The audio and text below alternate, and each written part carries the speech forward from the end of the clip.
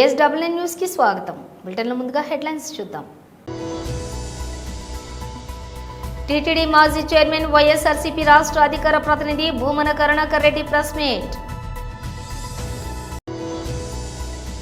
తెలంగాణ భవన్లో బీఆర్ఎస్ నాయకుల press meet.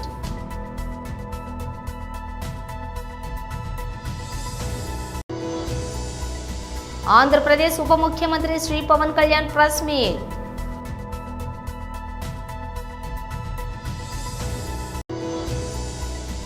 ఇరవై 25 నిమిషాల ఆపరేషన్, గతానికి భిన్నంగా భారత్ హెచ్చరిక.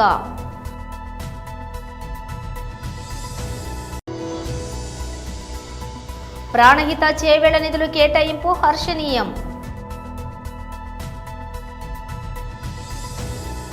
ఇక డీటెయిల్స్ చూస్తే టీటీడీ మాజీ చైర్మన్ వైఎస్ఆర్సీపీ రాష్ట్ర అధికార ప్రతినిధి భూమన కరుణాకర్ రెడ్డి ప్రెస్ మీట్ నిర్వహించారు. పాలక మండలి చరిత్రలో ఒకే అజెండాతో పాలక మండలి సమావేశం జరిగింది ఈరోజే. ఈ పాలక మండలి సమావేశంలో తీసుకున్నటువంటి తీర్మానం ఏందిరా అంటే, అలిపిరికి అంటే శ్రీవారి పాదాల నుంచి 4 కిలోమీటర్ల ఆవల ఉన్నటువంటి ఏపీ టూరిజం శాఖకు సంబంధించిన 31 ఎకరాల స్థలాన్ని టీటీడీ తీసుకొని పాదాల మంటపం నుంచి, అలిపిరి పాదాల దగ్గర నుంచి 2.5 కిలోమీటర్లో ఉన్నటువంటి టీటీడీ స్థలాన్ని టూరిజం వాళ్లకు బదలాయించటం చాలా ఆశ్చర్యకరమైనటువంటి విషయం. ఇది సాధువులు, భక్త పుంగవులు అందరూ కూడా తీవ్రంగా వ్యతిరేకించినందువలన అక్కడ హోటల్ నిర్మాణాన్ని నేను ఆపేస్తున్నాను అని చెప్పినటువంటి ముఖ్యమంత్రి చంద్రబాబు నాయుడు గారు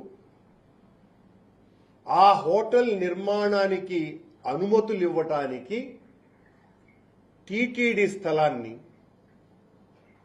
ఏపీ టూరిజానికి బదలాయింపు చేసేటువంటి అర్జెంటు అజెండా మీద ఈరోజు చర్చ జరిగి తీర్మానం చేసినారు.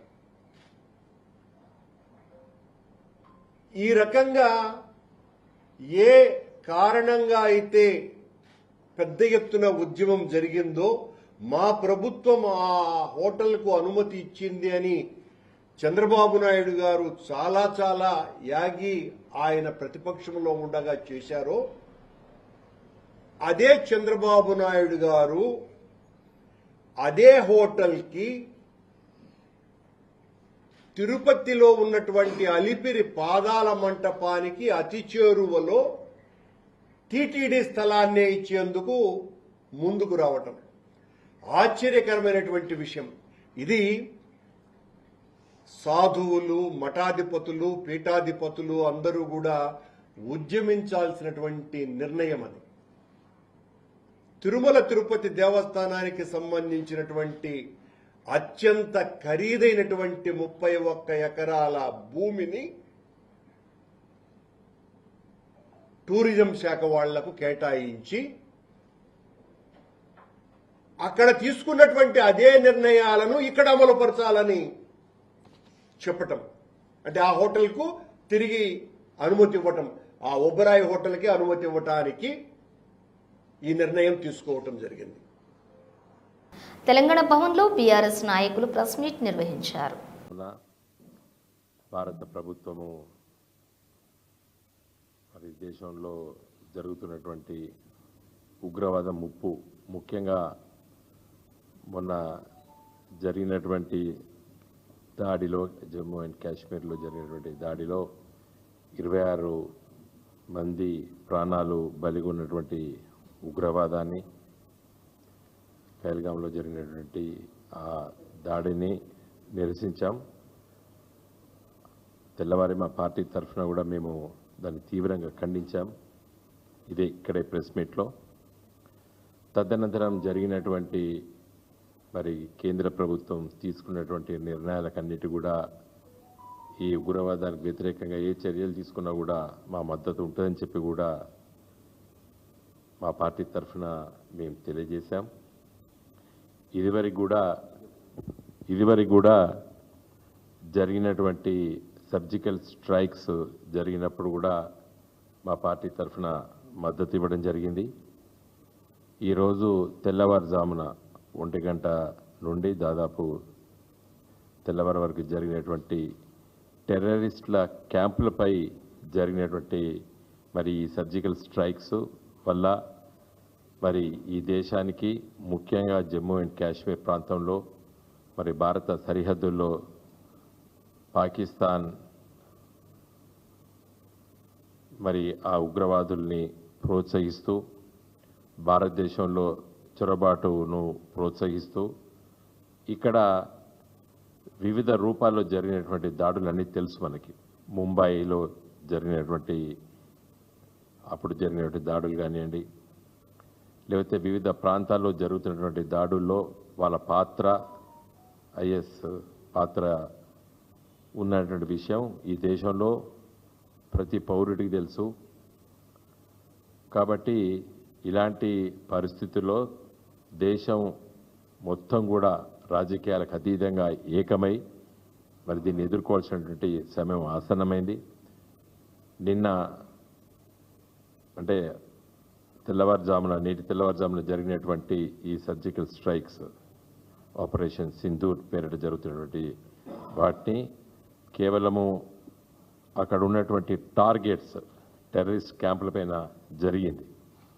కానీ దురదృష్టవశాత్తు మరి ఈరోజు ఉదయం మనకు వచ్చినటువంటి వార్తలు పాకిస్తాన్ ఆర్మీ మన సివిలియన్స్ పైన దాడి చేస్తే కూడా కొంతమంది మన భారత పౌరులు కూడా చనిపోయినట్టు కూడా మరి టీవీ ఛానల్స్లో చూస్తున్నాం.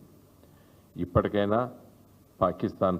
ఆంధ్రప్రదేశ్ ఉప ముఖ్యమంత్రి శ్రీ పవన్ కళ్యాణ్ ప్రెస్ మీట్ నిర్వహించారు. మీడియా మిత్రులందరికీ హృదయపూర్వక నమస్కారం. నిన్న గత నెల ఏప్రిల్ 22వ తారీఖున పెహల్గాంలో టూరిస్టులుగా వెళ్ళిన చాలామందిని మతం పేరు మీద అడిగి చాలా ఘాతుకంగా చంపేశారు. దేశం మొత్తం పుట్టెడు శోకంలో మునిగిపోయింది. నువ్వు హిందువా కాదా అని చెప్పి అడిగి మరీ చంపేసిన విధానం చాలా చాలా దారుణంగా ఉంది. ముఖ్యంగా ఆంధ్రాకి సంబంధించి దాదాపు 2 కుటుంబాలతో సహా వెళ్ళిన 2 చనిపోయిన 27 మందిలో కూడా 2 ఆంధ్ర ప్రాంతానికి చెందిన వాళ్ళు కూడా ఉన్నారు. వాళ్ళని అడిగింది మీరు హిందువులా కాదా అని చెప్పి వారి కుటుంబాల ముందే, వాళ్ళ పిల్లల ముందే, వాళ్ళ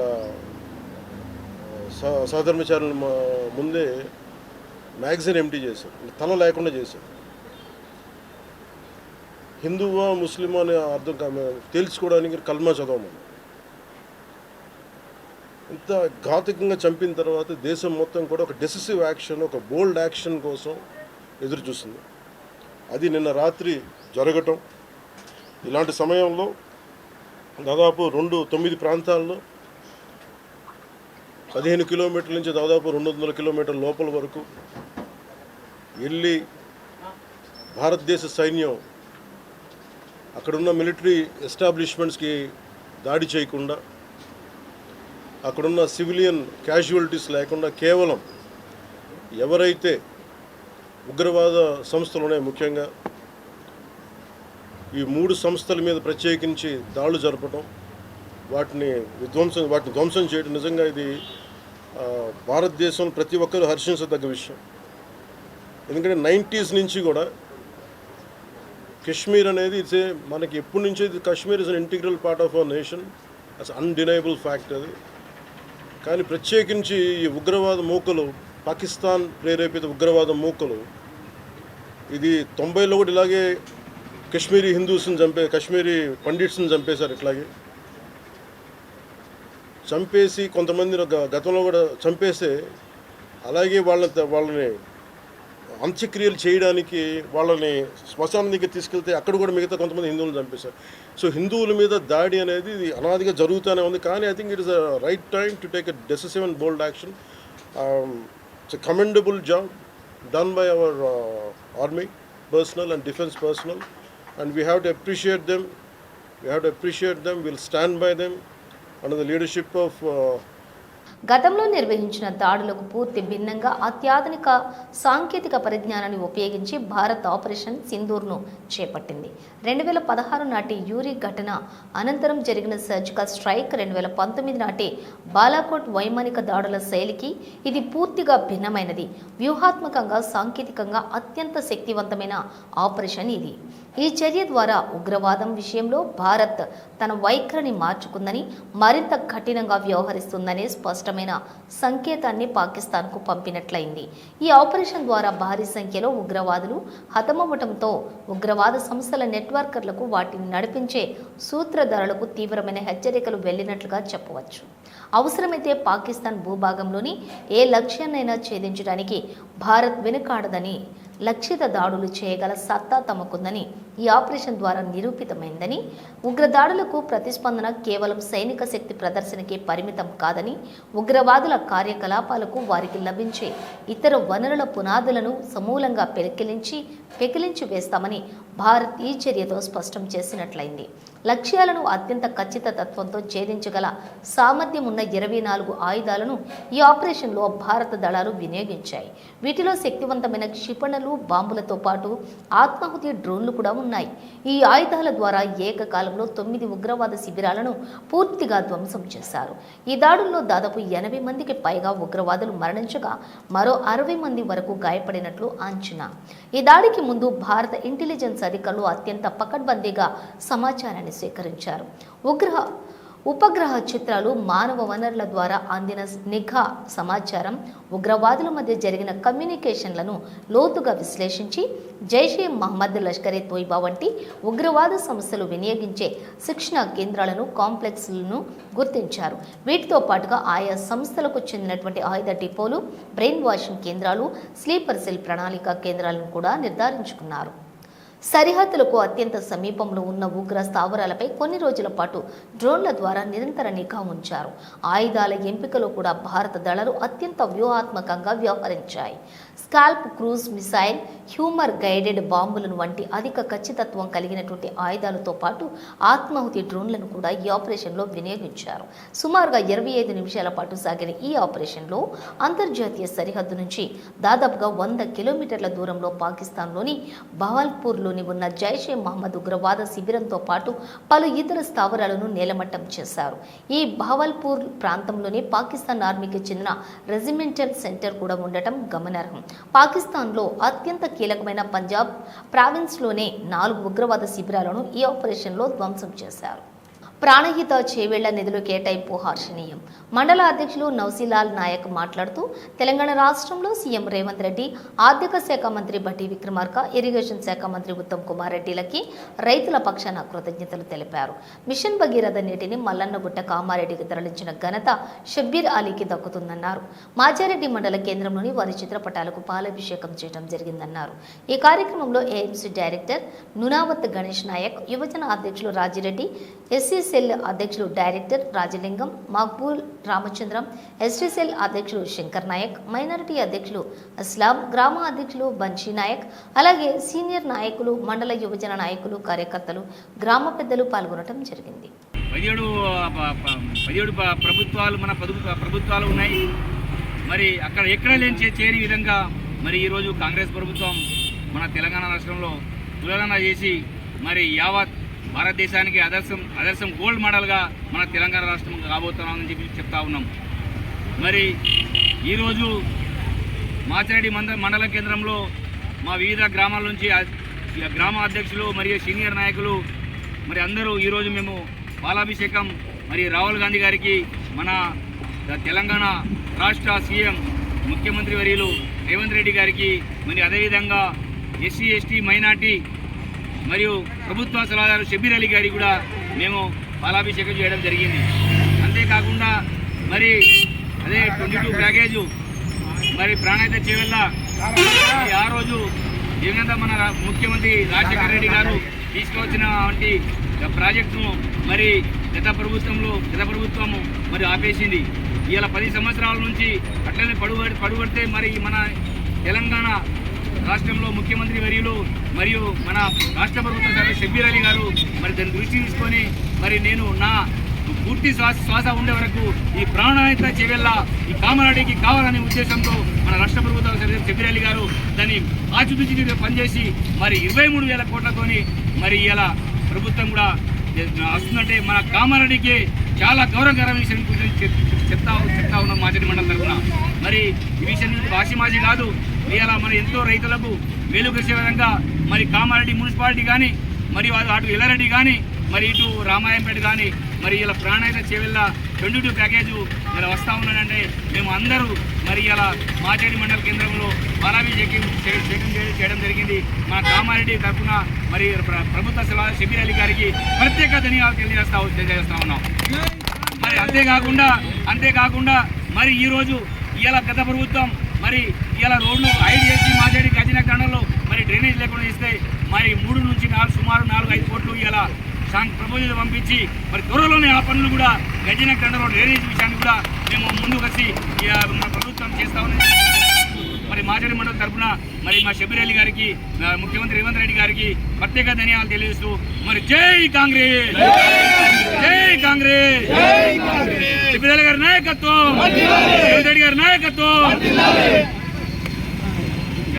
ప్రభుత్వాలు మారినా ప్రభుత్వ రెవెన్యూ ఉద్యోగుల పనితీరు ఏమాత్రం మారటం లేదు. ఉమ్మడి నెల్లూరు జిల్లా గూడూరు రూరల్ పరిధిలోని ఇందిరమ్మ కాలనీ వద్ద తమ ఇంటి స్థలాన్ని కబ్జాదారులు కబ్జా చేశారని పలుమార్లు రెవెన్యూ అధికారి చంద్ర అనే వ్యక్తికి ఫిర్యాదు చేసినా పట్టించుకోని వైనం. గూడూరు అరుంధతి పాలెంకు చెందిన గురువమ్మ అనే మహిళ మరియు కుటుంబ సభ్యులు గత 6 నెలలుగా తహసీల్దార్ ఆఫీస్ చుట్టూ తమకు న్యాయం చేయాలని తిరుగుతున్నారు. సంబంధిత ఎంఆర్ఓ వెంటనే స్పందించి సమస్యను పరిష్కరించమని వీఆర్ఓ చంద్రకు ఆదేశాలు జారీ చేసినా పట్టించుకొని వైనం. ప్రభుత్వం తనకు ఇచ్చినటువంటి ఒరిజినల్ పట్టా పాస్ పుస్తకం తన దగ్గర ఉన్నా కూడా చూసి చూడనట్టు వీఆర్ఓ చంద్ర వ్యవహరిస్తున్నాడని వాపోయారు. మాట్లాడినా నాకు భయంలే, ఎవరితో మాట్లాడినా నాకు భయం. నువ్వు ఎక్కడన్నా తెలుసుకోపో, నేనైతే చేయను. నేను ఖచ్చితంగా మాట్లాడుతున్నాడు. బ్లాక్ మెయిల్ చేస్తున్నారు మమ్మల్ని సార్ వాళ్ళు. మేము ఏం చేయాలా? మాకు చేతిలో డబ్బులు లేని వాళ్ళమే. మాకు ఇంత లంచం ఇస్తే మేము చేస్తామంటున్నారు. మేము 30,000 40,000 అడుగుతున్నారు. మేము ఎక్కడ తెచ్చిచ్చాము వాళ్ళకి లంచాలు ఉంటే డబ్బు ఉంటే ఇల్లే కట్టుకుంటాం కదా సార్. మేము ఏమీ లేకుండా ఖాళీ స్థలం పెట్టుకుని పాసి పనులకు పోయి బతుకుతా ఉండేవాళ్ళమే. ఈ మాత్రం బ్లాక్ మెయిల్ చేస్తే మేము ఎక్కడ తెచ్చిచ్చాము? వాళ్ళ పాటికి వాళ్ళు లంచాలు తీసుకొని ఎవరు కాడంటే వాళ్ళ కాడ బ్లాక్ మెయిల్ చేసి ఈ మాత్రం ఫ్లాట్లు ఎవరు అంటే వాళ్ళకి ఇచ్చేస్తా ఉంటే ఎన్ని సంవత్సరాలు నుంచి తిరిగా? మేము 2 సంవత్సరాల నుంచి తిరుగుతా ఉన్నా నేను. ఇప్పుడు నాకు ఏ న్యాయం జరగలే ఇక్కడ. 2 సంవత్సరాల నుంచి కాలుకి బల్బం కట్టుకొని తిరుగుతున్నా. ఆఫీస్ కాడికి ఆడికి ఏడికి ఫ్లాట్ కాడికి ఇప్పుడు కూడా ఎంటాడుతూనే ఉన్నారు వాళ్ళు. నిన్న కూడా పోయి వేస్తా ఉన్నారు ఇల్లు. పేరు జి శశికుమార్. నేను భారత్ కమ్యూనిస్ట్ పార్టీ సిపిఐ నియోజకవర్గ కార్యదర్శి గూడూరు. ఈ గూడూరు రూరల్ ప్రాంతంలో గాంధీనగర్ పంచాయతీలో గాంధీనగర్ సచివాలయం పరిధిలో అనేక రకాల ఎస్సీ ఎస్టీ బీసీ మైనారిటీ పేదవాళ్ళు నివసిస్తుంటారు అనమాట. అక్కడ ప్రభుత్వం ఏ పథకం ఇచ్చినా ఏదైనా హౌస్ సైడ్స్ 2 సెంట్లు కానీ 1 సెంట్ కానీ 3 సెంట్లు కానీ ఇస్తే అక్కడ ఏదంటే కొంచెం గవర్నమెంట్ స్థలాలు విరివిగా ఉన్నాయని చెప్పి అక్కడ సైట్స్ అనేవి ఇస్తూ ఉంటారు అనమాట. అందులో భాగంగానే గత వైసీపీ ప్రభుత్వంలో జగనన్న ఇచ్చినటువంటి జగనన్న ఇళ్ల స్థలాల పేరుతో పారిచర్ల గురువమ్మ అనేటువంటి ఆమెకి అక్కడ గాంధీనగర్లో స్థలం ఇవ్వడం జరిగింది. ఆమెకి ఇది పట్టా కూడా ఇచ్చారు.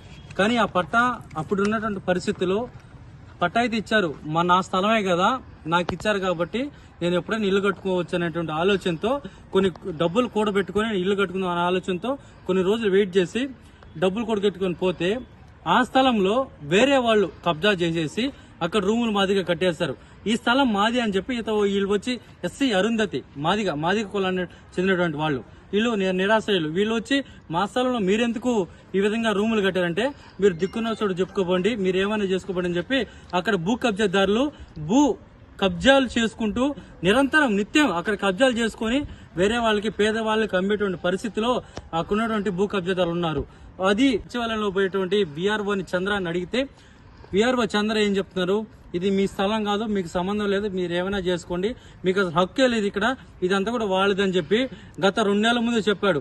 వీళ్ళు లబోదిబోమని గత 2 నెలల ముందు ఎంఆర్ఓ ఆఫీస్ కాడికి వచ్చి ఎంఆర్ఓ గాని స్వయంగా అడిగితే ఇది పట్టా ఉంది, స్వయంగా మీ భూమేను, ఇది మీరే ఇల్లు కట్టుకోవచ్చు అని నేను విఆర్ఓ చెప్తానని చెప్పి మా సమక్షంలో విఆర్ఓ గారికి ఎంఆర్ఓ గారు చెప్పిన పరిస్థితి ఉంది.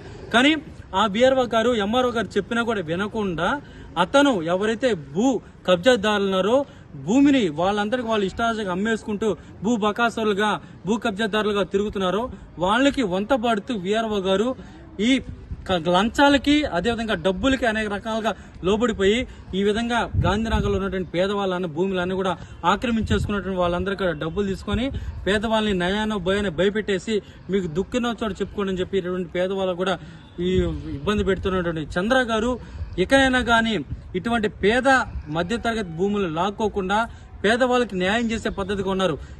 పహల్గామ్ ఉగ్రదాడికి భారత్ ప్రతీకారం తీర్చుకుంది. ఆపరేషన్ సింధూర్తో పాకిస్తాన్ పిఓకేలోని 9 ఉగ్ర స్థావరాలను ధ్వంసం చేసింది. ఈ దాడులపై భారత రక్షణ విదేశాంగ శాఖ మీడియాకు బ్రీఫింగ్ ఇచ్చింది. Colonel Sofiya Qureshi wing commander Vyomika Singh operation గురించి మీడియాకు వివరించారు. Indian air force wing commander Vyomika Singh చిన్నప్పటి నుంచే పైలట్ కావాలని కలలు కన్నారు. చదువుకునే రోజుల్లోనే ఆమె ఎన్సీసీలో చేరారు. ఇంజనీరింగ్ విద్యను పూర్తి చేసి భారత వైమానిక దళంలో హెలికాప్టర్ పైలట్గా తన కెరీర్ను ప్రారంభించారు. 2019 డిసెంబర్ 18న ఆమె ఫ్లయింగ్ బ్యాచ్లో శాశ్వత కమిషన్ హోదా పొందారు. జమ్మూ కాశ్మీర్ ఈశాన్య రాష్ట్రాల్లోని ఎంత ఎత్తైన ప్రాంతాలతో పాటుగా అత్యంత సవాళ్లతో కూడిన ప్రాంతాలలో ఆమె చేతక్ చీతా హెలికాప్టర్లను నడిపారు. ఎన్నో రెస్క్యూ ఆపరేషన్లలో పాల్గొన్నారు. బులెటిన్ ముగించే ముందు హెడ్లైన్స్ మరోసారి. టీటీడీ మాజీ చైర్మన్ వైఎస్ఆర్సీపీ రాష్ట్ర అధికార ప్రతినిధి భూమన కరుణాకర్ రెడ్డి ప్రెస్ మీట్. తెలంగాణ భవన్లో బీఆర్ఎస్ నాయకుల ప్రెస్ మీట్.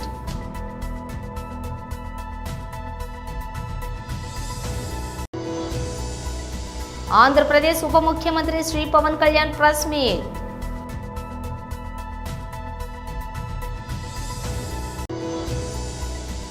25 నిమిషాల ఆపరేషన్, గతానికి భిన్నంగా భారత్ హెచ్చరిక.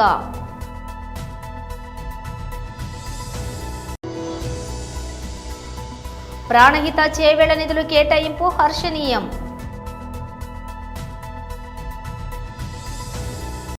ఇవి బులెటిన్ విశేషాలు. మరో బులెటిన్తో మళ్ళీ కలుద్దాం.